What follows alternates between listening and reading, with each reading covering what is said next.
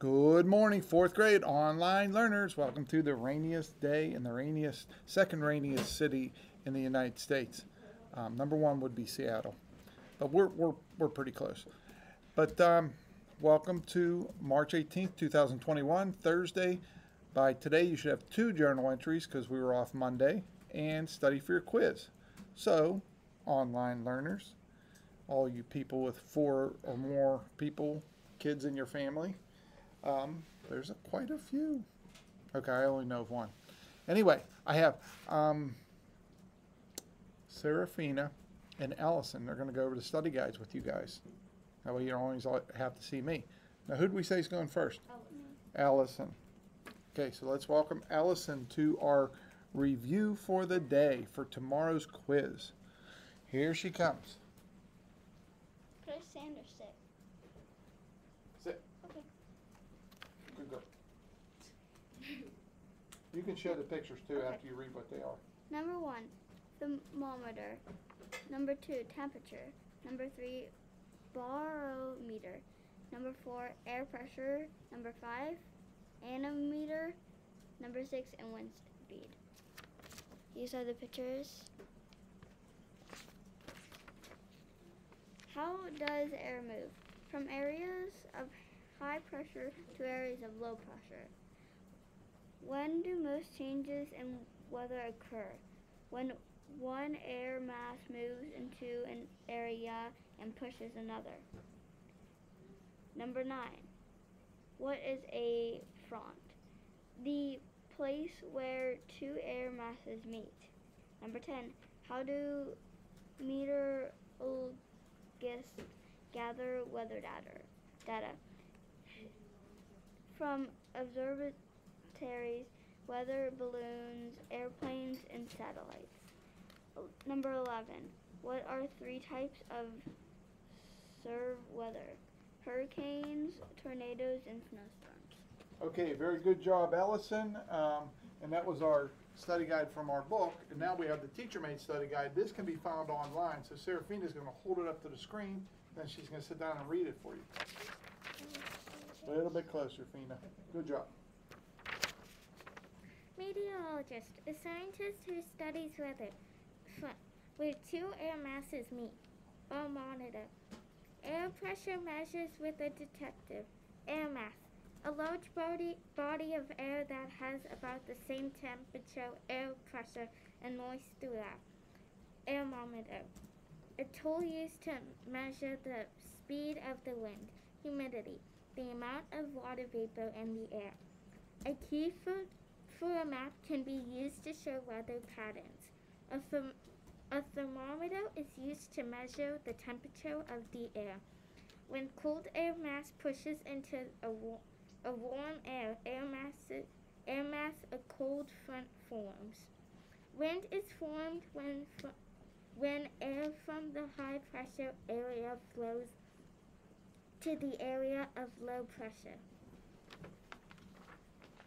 Okay, so good job by my 2 volunteers. And basically, like I said, that stuff can be found on Google Classroom, at least one of the study guides. Let me just borrow this. I'm going to borrow Nathan's real quick. The one picture is a thermometer, and that's what most people are familiar with, is this thermometer.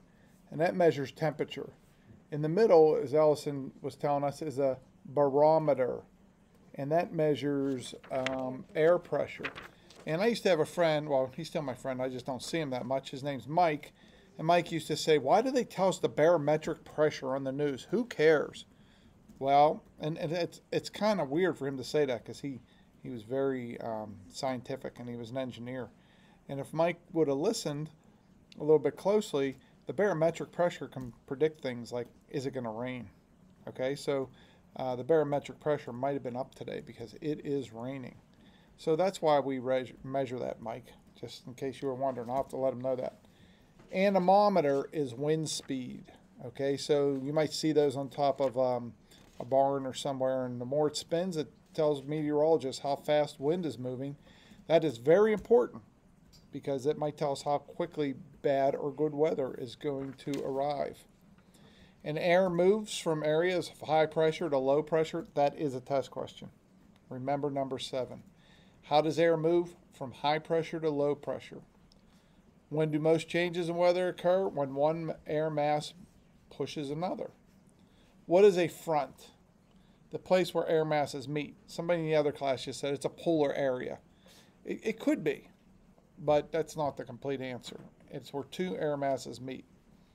How do meteorologists gather weather data? From observatories, weather balloons, airplanes, satellites. They have all kind of ways of getting weather information, and they still don't know.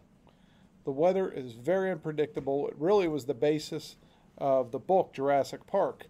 It was something they called the chaos theory, because there's so many things that can happen with the weather. It's like chaos.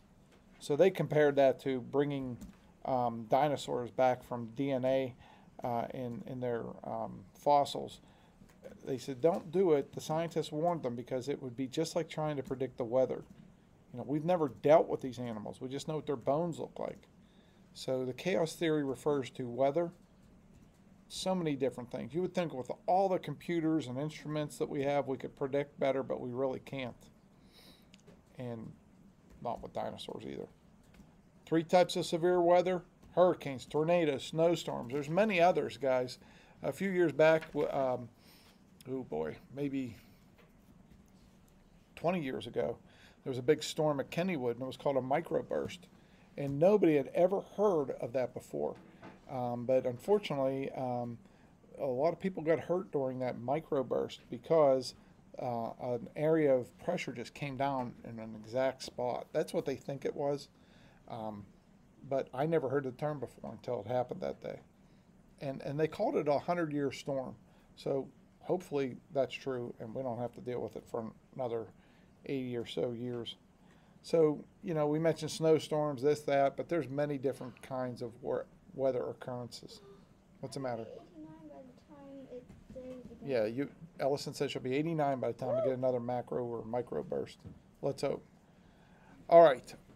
Little drama behind me here. Right. Maybe you would like to see it home. Show us the drama. No. Yes. No. Show her the drama. She was like this. Ooh. Oh, wait. Ellison. Drama, real quick. A drama queen. Oh boy, drama queens. Lots of drama queens in here. Okay, online learners. 2 journal entries this week. We gave you a break. If you're tired of the journal entries, go outside and tell me what the weather's like. You can do that for one day. You didn't tell us. Okay. You guys can do it one day next week if you didn't do it this week. Tell me what the weather's like. What kind of clouds do you see? Stuff like that. Or just do your journal entry. Study for your quiz, and we will see you tomorrow. Bye-bye. Goodbye. I miss you. Bye-bye. Lots of drama.